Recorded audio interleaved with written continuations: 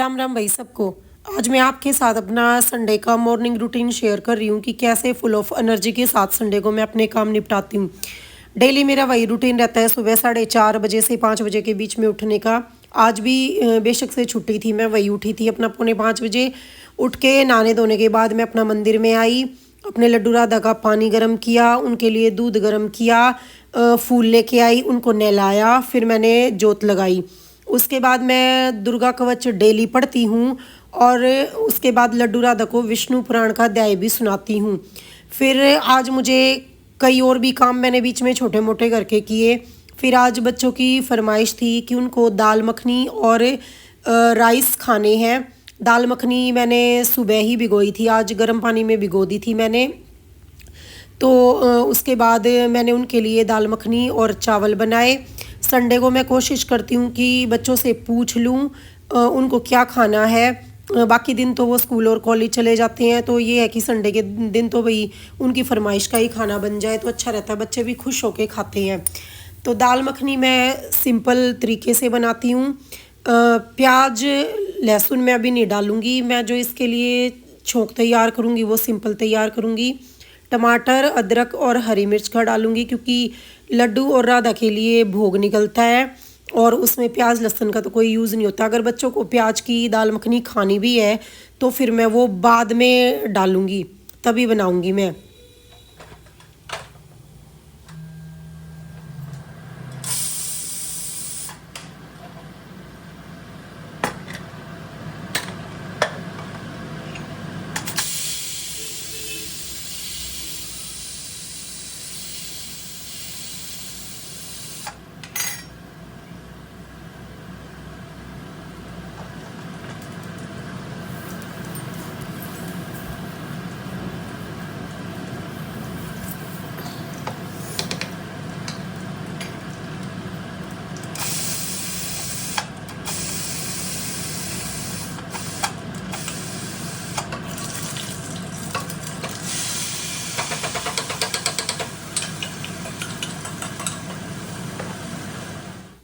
दाल मखनी की जो मेरी रेसिपी है वो सिंपल है।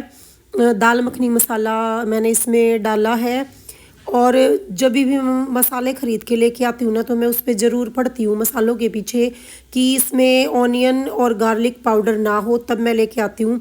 ज़्यादातर मैं एसडीएस के मसाले यूज़ करती हूँ क्योंकि उसमें प्याज और लहसुन का पाउडर नहीं होता है। जो भी खाना बनता है वो पहले भोग के लिए निकलता है, इसलिए प्याज या लहसुन का प्रयोग मैं बाद में करती हूँ, लड्डू राधा का भोग निकालने के बाद, उनको खिलाने के बाद। अदरवाइज़ करते ही हम बहुत कम है, प्याज लहसुन तो हम डालते ही नहीं है। दाल मेरी अच्छे से बॉयल हो गई थी। अब दाल मखनी बनाने की मैं के लिए मैं क्या करती हूँ, जब ये दाल मखनी उबल जाती है तो मैं इसको अलग से गैस पे पानी डाल के रख देती हूँ क्योंकि ये जितनी देर खुद घुटेगी ना उतनी ज़्यादा अच्छी इसका जो पानी होता है वो टेक्सचर गाढ़ा गाढ़ा तभी होता है जब कम से कम इसको बॉयल होने के बाद भी 4 से 5 सीटी मैंने लगवा ली थी। उसके बाद मैंने पानी डाल के इसको गैस पे रख दिया था उबलने के लिए।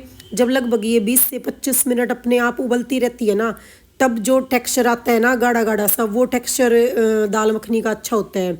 छोंक लगाने के बाद जो है मैंने इसमें मिला दिया था।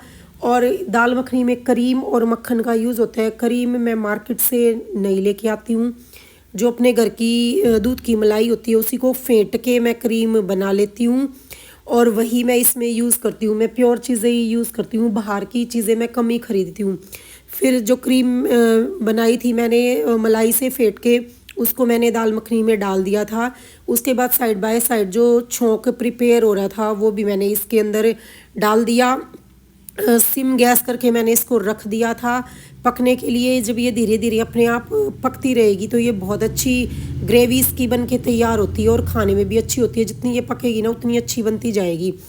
उसके बाद फिर मैं इसमें जब ये थोड़ी उबल जाती है, 10-15 मिनट मुझे रखे हुए हो जाते हैं, इसमें जो मसाले हैं वो अच्छे से मिल जाते हैं। उसके बाद मैं इसमें मक्खन डालती हूँ क्योंकि दाल मखनी बिना मक्खन के अच्छी बनती नहीं है।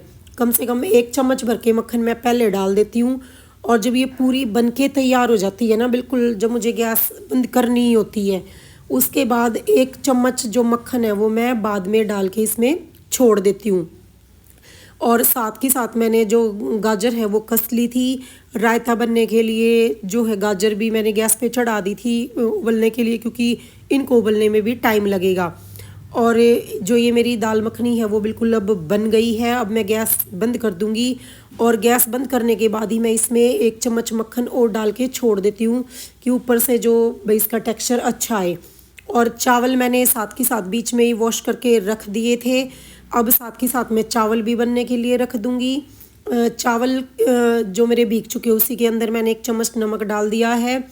जीरे का सिंपल छोंक लगाती हूँ मैं देसी घी में जीरा डाल के। और चावल और मटर, वैसे तो जीरे के बाद मटर डाल दी जाती हैं, लेकिन मटर थोड़ी कच्ची ज़्यादा आई हुई इस मौसम में, कच्ची कच्ची सी मटर थी तो वो मैंने पहले नहीं डाली, वो मैंने चावल के साथ ही डाल दी थी। क्योंकि अगर पहले डाल देती तो वो ज़्यादा मैशी मैशी सी हो जाती, इसलिए मैंने साथ साथ में डाली थी चावल के।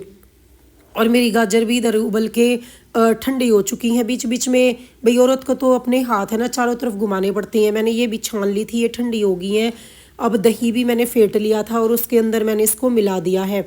ये जो मैंने रायते का मसाला तैयार कर रखा है कई चीज़ों से, काला नमक, जीरा और पुदीना पाउडर, धनिया पाउडर, कई चीज़ों से मिला के मैं रायते का मसाला तैयार करके रखती हूँ। और ऐसा नहीं है कि भाई हमारे पास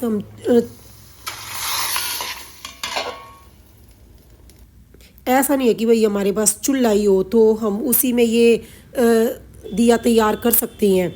ये मैंने छोटा सा इसके अंदर भी गैस पे ही करके उसमें घी जीरा डाल के तैयार करके इसमें डाल दिया, छोंका दिया था मैंने। उसके बाद मैंने लड्डू राधा की थाली तैयार की और इन दोनों को खाना खिला दिया। फिर बेटे ने कहा मम्मा मेरे लिए सिरके वाले प्याज बना दो, तो मैंने उसके लिए सिरके वाले प्याज बनाए। मैंने यहाँ पे चुकंदर और 2-3 प्याज काट ली हैं। ये मैंने इसके अंदर नमक और आधा चम्मच मीठा डाल दिया। फिर जो ये विनेगर है ये डाल दिया। 1 हरी मिर्च मैंने इसके अंदर डाल दी और पानी मिला दिया। चुकंदर डलने से जो प्याज का कलर है वो बिल्कुल रेड हो जाएगा और सिरके डलने से इसमें खटास आ जाएगा। और मैं खांड इसमें ज़रूर डालनी चाहिए, उससे जो टेस्ट है ना वो अच्छा आता है। मैं कई बार बना चुकी हूँ ये। हालांकि मैं नहीं खाती प्याज वगैरह, लेकिन बच्चों की तो फरमाइश रहती है ना कि उन्हें भी ये चीज़ें खानी, और बेटे को तो ज़्यादा पसंद है सिरके वाले प्याज, तो मैं बना ही देती हूँ उसके लिए। और थोड़ी देर के बाद इनमें अच्छा सा कलर आ जाएगा। ये हमारी आज का व्लॉग और थाली थी। अगर आपको पसंद आई हो वीडियो तो मेरे चैनल को सब्सक्राइब करें।